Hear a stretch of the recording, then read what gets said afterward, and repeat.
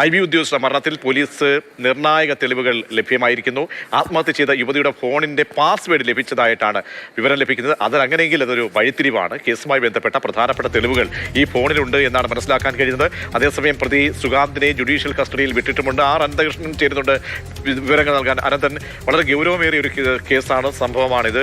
അപ്പോൾ ഈ ചാറ്റുകൾ, ഫോൺ വിളികൾ, ഇത് സംബന്ധിച്ച് ആത്മഹത്യയ്ക്ക് തൊട്ടു മുൻപ് സംസാരിച്ചിട്ടുള്ള കാര്യങ്ങൾ അതൊക്കെ വീണ്ടെടുക്കുക എന്നത് വളരെ പ്രധാനപ്പെട്ടതാണ്.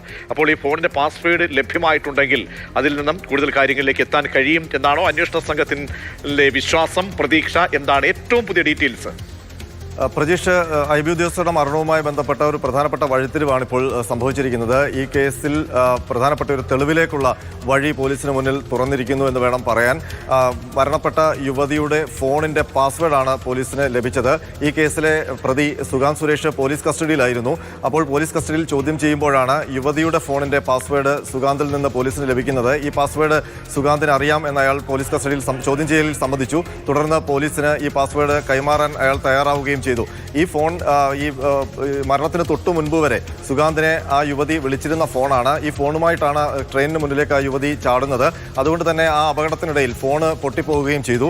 ആ ഫോൺ പോലീസ് സംഭവ സ്ഥലത്ത് നിന്ന് കസ്റ്റഡിയിലെടുത്ത് അത് കോടതിയിൽ കൈമാറുകയും ചെയ്തു. വിദഗ്ധർ പോലീസിനോട് പറഞ്ഞത് ഈ ഫോണിന്റെ പാസ്വേഡ് ലഭിച്ചാൽ ഈ ഫോണിന്റെ ഉള്ളടക്കങ്ങൾ തിരിച്ച് എടുക്കാൻ കഴിയും എന്നുള്ളതാണ്. അപ്പോൾ പോലീസ് വലിയ പ്രതീക്ഷയോടെയാണ് ഇനിയുള്ള നടപടികൾ കാണുന്നത്. കാരണം ഈ കേസുമായി ബന്ധപ്പെട്ട് സുഗാന്തിനെതിരായ കൃത്യമായ തെളിവുകൾ യുവതിയുടെ ഫോണിൽ തന്നെ കാണും എന്നുള്ള കാര്യം ഉറപ്പാണ്. ചിത്രങ്ങളടക്കം ചാറ്റുകളടക്കം ഉണ്ടാകും എന്നുള്ള കാര്യം ഉറപ്പാണ്.